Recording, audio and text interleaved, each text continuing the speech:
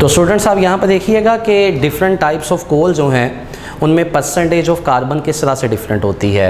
ये मैंने कोल टाइप्स लिखी हैं जो कि लिग्नाइट, बिटुमिनस कोल और एंथ्रासाइट है, और इसमें परसेंटेज ऑफ कार्बन को मैंने मेंशन किया। इसमें अबाउट 65 to 70% कार्बन होता है, बिटुमिनस कोल में 76 to 86% and in anthracite that is 86 to 92%।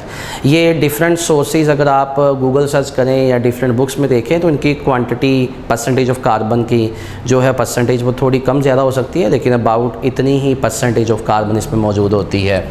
अब हमें कोल मिल गया, हमने डिफरेंट टाइप्स देख ली। अब हमने इस बात पर जाना है जो कि हमारा बेसिक टॉपिक था कि how coal is the source of organic compounds. तो याद रखिएगा बेटे, जब सोर्स को हम उसकी माइनिंग करते हैं, कोल को हम उसको माइनिंग करके बाहर निकालते हैं, एक्सट्रैक्शन ऑफ द कोल या माइनिंग ऑफ द कोल करते हैं, तो कोल हमें क्या प्रोवाइड करता है। एक तो होता है ये फ्यूल के तौर पर यूज़ होता है। आप देखिएगा डिफरेंट किल्स होती हैं, भट्टियाँ जो होती हैं, उसमें कोल यूज़ हो रहा होता है, ये हमें सोर्स ऑफ एनर्जी है। और उसके अलावा ये सोर्स ऑफ ऑर्गेनिक कंपाउंड्स है। और कोल जो है हमें एक तो फ्यूल प्रोवाइड करता है, फ्यूल के तौर पर यूज़ होता है, और याद रखिएगा इसका इससे भी बड़ा यूज़ जो है वो पावर जनरेशन में यूज़ होता है। हम इससे डिफरेंट जो स्टेशंस होते हैं, इलेक्ट्रिकल स्टेशन, उसको चलाते हैं, वहाँ से इलेक्ट्रिसिटी जनरेट करवाते हैं। अब सोर्स ऑफ ऑर्गेनिक कंपाउंड्स ये किस तरह से है, हम इस कोल की डिस्ट्रक्टिव डिस्टिलेशन या कार्बनाइजेशन करते हैं, पायरोलिसिस भी बोला जाता है इसको। हमारी बुक कहती है इस कोल की डिस्ट्रक्टिव डिस्टिलेशन और कार्बनाइजेशन की जाती है। रिमेंबर स्टूडेंट्स, इसका शॉर्ट क्वेश्चन भी पूछा जा चुका हुआ है कि व्हाट इज़ डिस्ट्रक्टिव डिस्टिलेशन और कार्बनाइजेशन, और समटाइम वो पूछता है कि व्हाट इज़ डिस्ट्रक्टिव डिस्टिलेशन और carbonization and give its products, के यहाँ से हमें क्या प्रोडक्ट्स मिलते हैं। तो मैंने एक डेफिनेशन लिखी है, मैंने लिखी है कि मैं पहले आपको एक छोटी सी इसकी ज़रा इंट्रोडक्शन दे देता हूँ, हम समझ लेते हैं कि कार्बनाइजेशन या डिस्ट्रक्टिव डिस्टिलेशन क्या है। हम इस कोल को एक क्लोज्ड वेसल में डालते हैं, some type of close vessel, और उसमें हम हीट करते हैं in the absence of oxygen.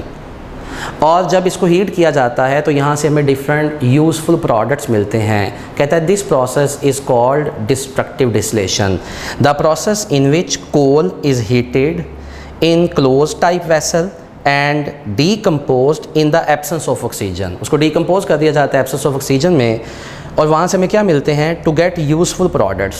वो यूज़फुल प्रोडक्ट्स क्या हैं, हमारी बुक कहती है coal gas, coal tar and coke. ये 3 जो हैं हमें प्रोडक्ट्स मिलते हैं। ओके, हम देखते हैं कि ये जो डिस्ट्रक्टिव डिस्टिलेशन है इसके लिए टेम्परेचर कितना यूज़ होता है। About 1000 to 1100 degree Celsius temperature पर इस कोल को हीट किया जाता है इन the absence of oxygen close type vessel में, और वहाँ से हमें ये 3 टाइप्स ऑफ प्रोडक्ट्स मिलते हैं। अब हम देखते हैं कि ये जो प्रोडक्ट्स हैं ये क्या होते हैं, इसमें क्या क्या मौजूद होता है। तो ज़रा गौर कीजिएगा, मैंने लिखा सबसे पहले कोल गैस। कोल गैस में क्या मौजूद है, this is the mixture of 3 gases. Actually इसमें इथाइलिन भी एक होती है जिसको इथीन का नाम देते हैं, लेकिन मेनली इसमें कार्बन मोनोऑक्साइड, हाइड्रोजन और methane, this is the mixture of 3 gases. जब आप इसको हीट करेंगे इस कोल को, इसमें ये 3 गैसेस भी मौजूद होती हैं, और इसको जब हीट किया जाता है तो यहाँ से ये तीनों गैसेस वॉलेटाइल बनकर, यानी कि पहली गैसेस थी, टेम्परेचर मिलेगा, हीटअप होंगी तो वहाँ से ये सेपरेट हो जाएंगी। उसके बाद कोल टार है, हमें मिलता है यहाँ से। कोल टार क्या है, कोल टार कोई एक कंपाउंड नहीं है, this is the complex mixture of different organic compounds. तो आप ज़रा गौर कीजिएगा कि कोल की जब डिस्ट्रक्टिव डिस्टिलेशन की गई, इसकी डीकम्पोजिशन की गई इन the absence of oxygen by heating, तो हमें अब डिफरेंट प्रोडक्ट्स, इनके ऑर्गेनिक कंपाउंड्स मिलना शुरू हो जाएंगे। Therefore this is the source of organic compounds.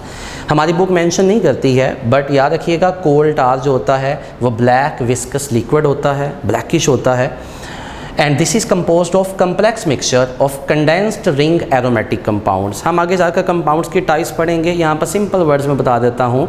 Aromatic compounds are those compounds in which simply benzene ring is present. मैं अब सिंपली डिफाइन कर रहा हूँ, बाकी फिर हम फर्दर जाकर देखेंगे कि what are actually aromatic compound chapter number 9 के अंदर। तो एरोमेटिक कंपाउंड्स में बेंजीन रिंग मौजूद होगा। अभी प्राइमरीली मैं आपको बता रहा हूँ, बिल्कुल बेसिक डेफिनेशन दे रहा हूँ इसकी मैं।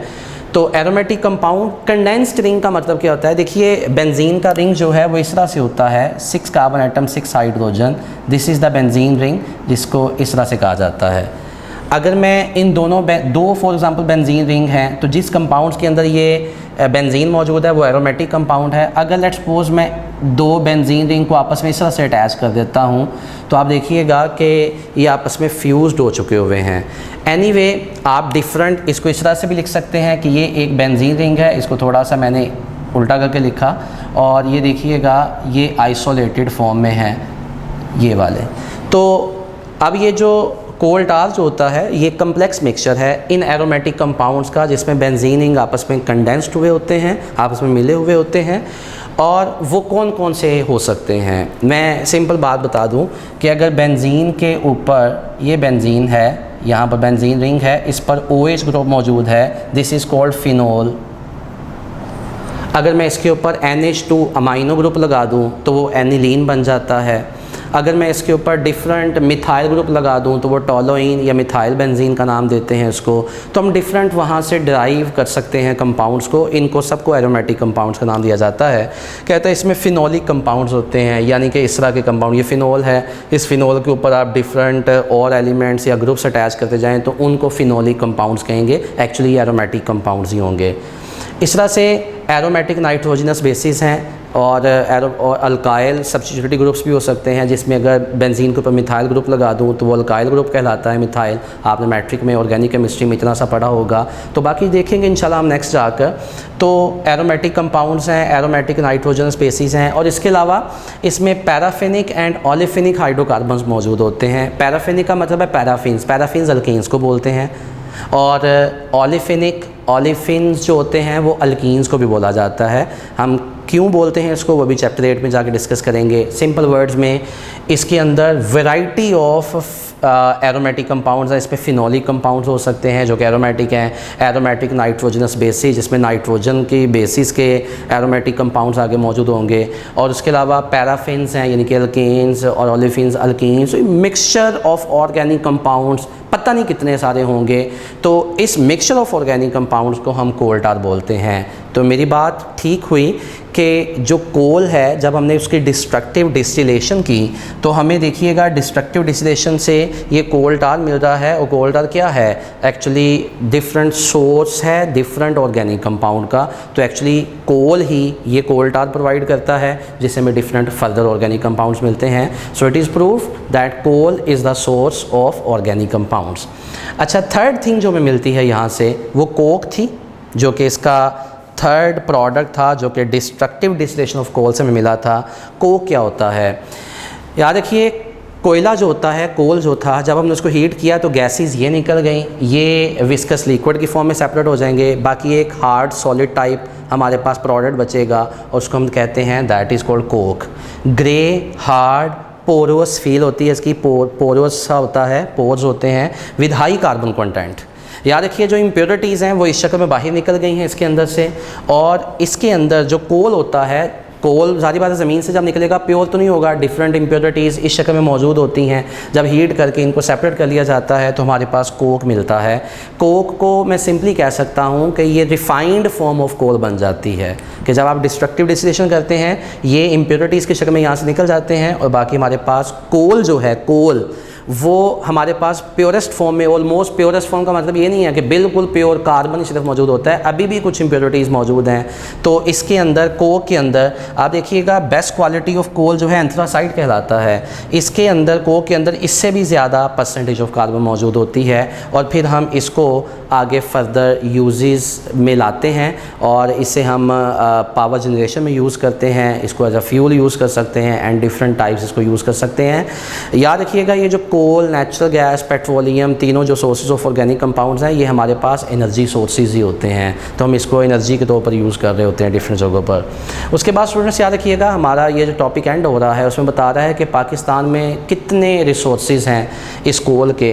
184 बिलियन टन्स पाकिस्तान में जियोलॉजिकल सर्वे के अकॉर्डिंग इतना कोयला मौजूद है। उसमें से 80% जो है ब्रिक किल्स के अंदर, जो ईंटें बनाने वाले भट्टे होते हैं उसके अंदर कोल यूज़ होता है ब्रिक्स को बेक करने के लिए, जिसको लाइम किल्स का नाम दिया जाता है। भट्टियाँ जो होती हैं उसमें यूज़ होता है। और सम फॉर डोमेस्टिक पर्पसेस, कुछ हमारे हाउस होल्ड पर्पज़ के लिए बारबेक्यू भी करते हैं आप कोल के साथ, तो उसके लिए यूज़ हो सकता है। डिफरेंट पर्पज़ के लिए यूज़ कर सकते हैं। तो ये हमारे पास कोल का टॉपिक था। इंशाल्लाह नेक्स्ट लेक्चर में हम बाकी 2 सोर्सेज़ को, जो कि नेचुरल गैस, पेट्रोलियम को डिस्कस करेंगे। तब तक के लिए अल्लाह हाफिज़।